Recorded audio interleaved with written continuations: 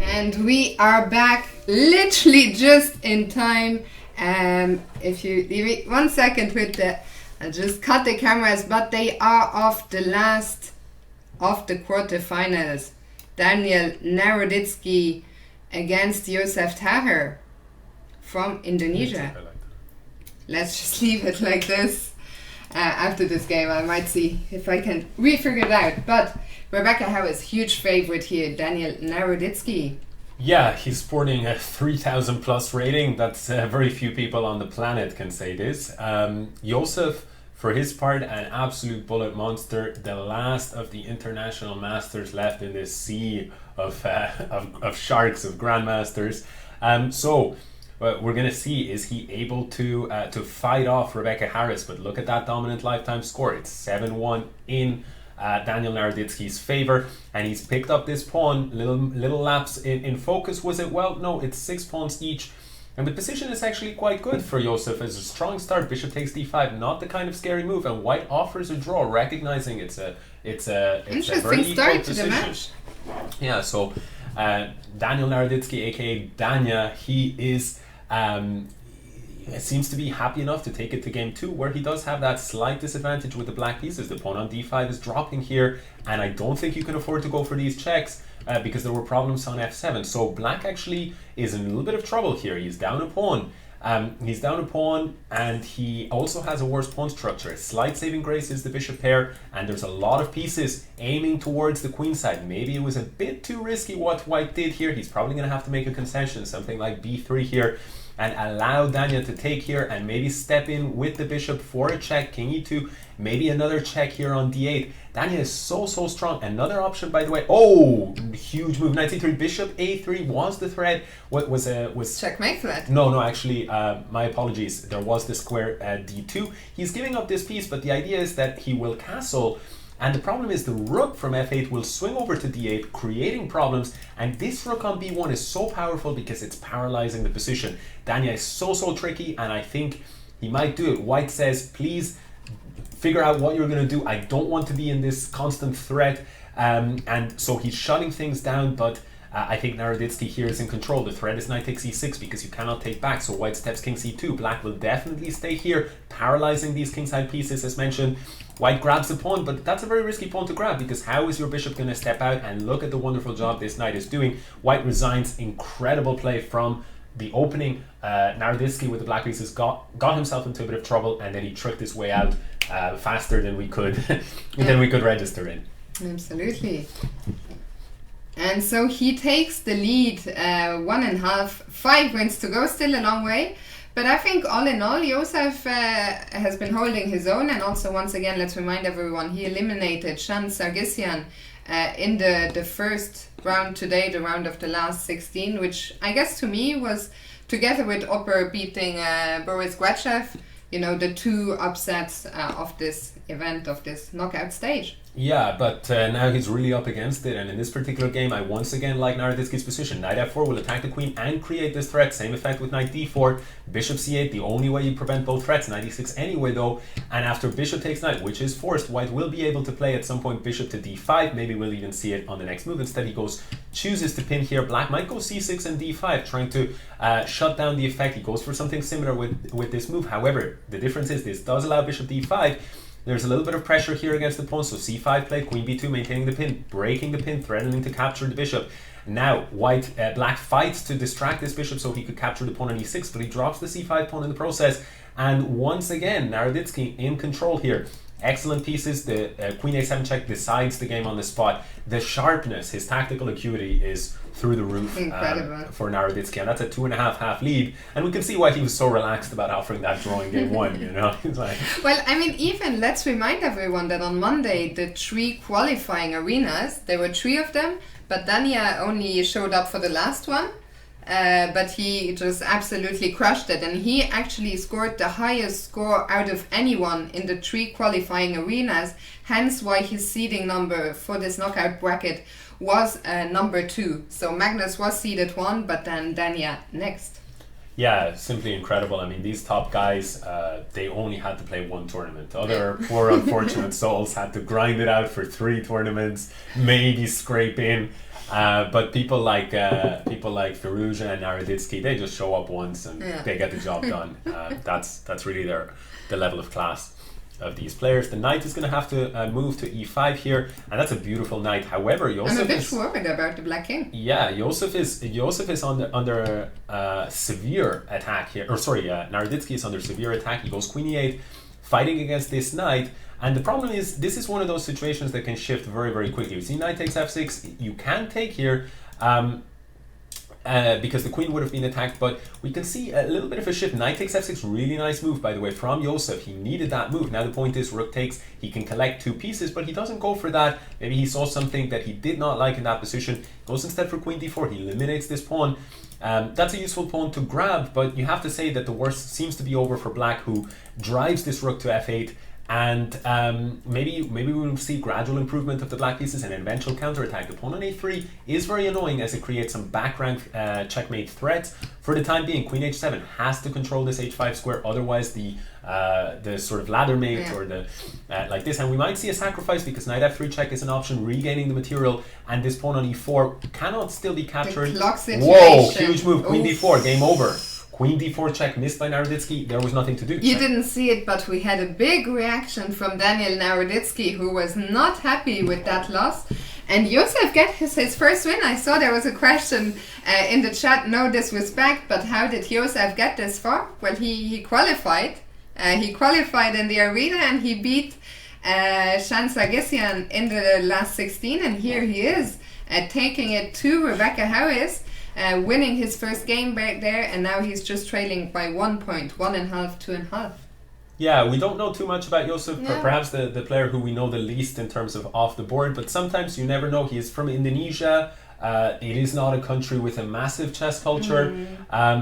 And sometimes, maybe a player has incredible talent, but, values, pursues other professions besides chess. I suspect he may not be a professional, but perhaps somebody can shed some light. Yeah. He certainly is able to hold his own against these grandmasters. As for the question, what time is it in Indonesia? It's fine now because he actually qualified from the last arena, which was played, which only started 2 hours from now.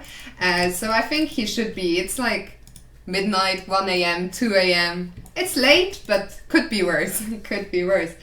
So let's see what is going on here. Opposite colored bishops, but black is up a pawn.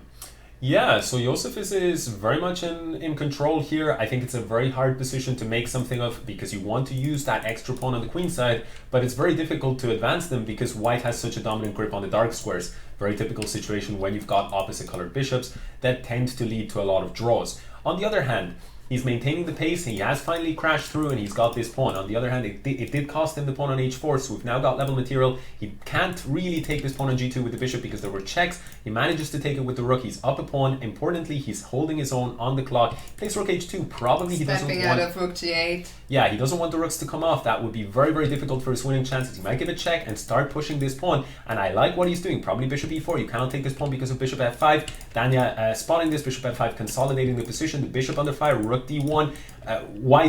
Black really wants to do this. White is going to stop at 5 seconds each. This is the final hurdle. It's really who will be able to compete better in this game. He blundered his rook. We didn't even see. And what is this? 2 seconds each. Both sides blundered the rook. Rebecca Harris, though, in control with over 2 seconds. Both players incredibly fast. He's just playing like this. Rebecca is playing for the win, and he's just playing like this. He pushes the pawn. And Rebecca, what? Oh! Daniel looks so... Oh, did you see the reaction from Naroditsky? With a fist He did like a double fist bump the second we saw. He really... That was a huge game. I was trying to keep one eye on the board and one eye on Daniel. Because at first I thought it was a reaction of anger. That was so crazy. And we see Daniel, now he looks calm and collected again, but you love to see that emotion from the players. And Daniel now takes a 3.5, 1.5 lead But he's not happy with this position. We saw him slightly shaking his head at one point, and that's because Yosef tricked him a little bit in the opening, and Yosef is up a pawn here. Yosef really has a poker face, agree with the chat. Yeah, for sure. Yosef just, completely calm and collected, great nerves it seems. But yeah, we'll see what happens here. Yosef is putting the squeeze on in this position. He's hitting the pawn, he's hitting the bishop. He collects that bishop on c6, which was a strong piece. Now he goes bishop f3, and he's the only one here with both bishops. However, allowing this pawn to come off the board, maybe that was a little bit of a miss. Bishop takes a7 is possible. Maybe you could go rook a8, bishop b6 hitting the rook because you want to gain a tempo, but rook d2 invading on the 7th rank. This pawn is a monster. Long term it's a monster. Rook but f8. with f3 we want to create some counterplay. Yes, the intention is to break forward, and that's what we see right here, but both sides going after it. Knight f3 was a threat with check. That's why king takes g2 was played. Now we're going to see a rook move, but white has to be careful where exactly it goes. We see this idea, bishop c3 connected with knight e1 check ideas. Now he sacrifices, he's going all in with this pawn, and I have to say I like the play. a7, there is nothing to be done about bishop takes c6. You see Daniel, he knows he's in trouble. He goes, oh, beautiful move from Yosef, c5. I'm not interested in that bishop, even though that might be winning, because I know that pawn is worth your rook. And now we see extra piece, and we see the pawns flying up the board. I think Yosef is going to convert this. He's going to exchange the bishops. He's going to move in with his king. And I think Yosef's got enough time. Naroditsky does too, and he resigns. Huge game from Yosef, and the first real bit of emotion there from Yosef. It wasn't so much of an emotion rather than just like refocusing. I'm a big fan. I have to say I've become a fan. I always love, like so many other people, an underdog story. I think it's so great that we have Yosef here, that we have someone representing, the East Asia kind of area.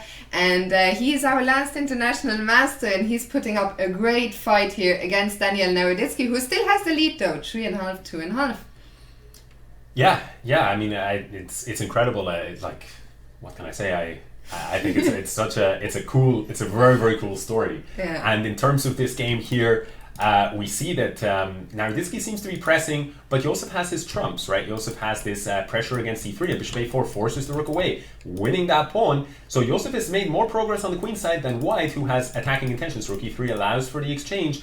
But I like Yosef's position, h6 shutting down that square, some knight g5 ideas, and g5 very, very typical. Now, white is keeping an eye on this point, but he has to go passive because the pawn on e3 was falling, and Yosef with a nice maneuver collecting this bishop. Now there are no problems associated with a queen-bishop battery, and Yosef's tactical vision is incredible. I was gonna say, he's playing very fast, but he is also playing very well. I've been incredibly impressed by his play. Here's a question. What will you do? Time though, careful. 20. A draw. Queen f1 with a draw, agreed, because queen f6 was a huge threat, and he had half the time on his clock. But it's very interesting strategy from Daniel Naroditsky, who I think is the first player we've seen all day, and even even in the qualifiers, off a draw sometimes. Like usually we don't see that so much. That's true, actually. Yeah, that's true. And so far they've been accepted. Yeah. The respect being shown here. By the way, I like what Naroditsky has gotten out of the opening. This bishop on a6 is a monster, because what are you going to do about the king? You don't really want to castle queenside, because that semi-open b file could give you some problems. So we're seeing bishop c4. I wouldn't be surprised if white tries to contest this bishop. Instead he says, no, I don't care, I will castle queenside.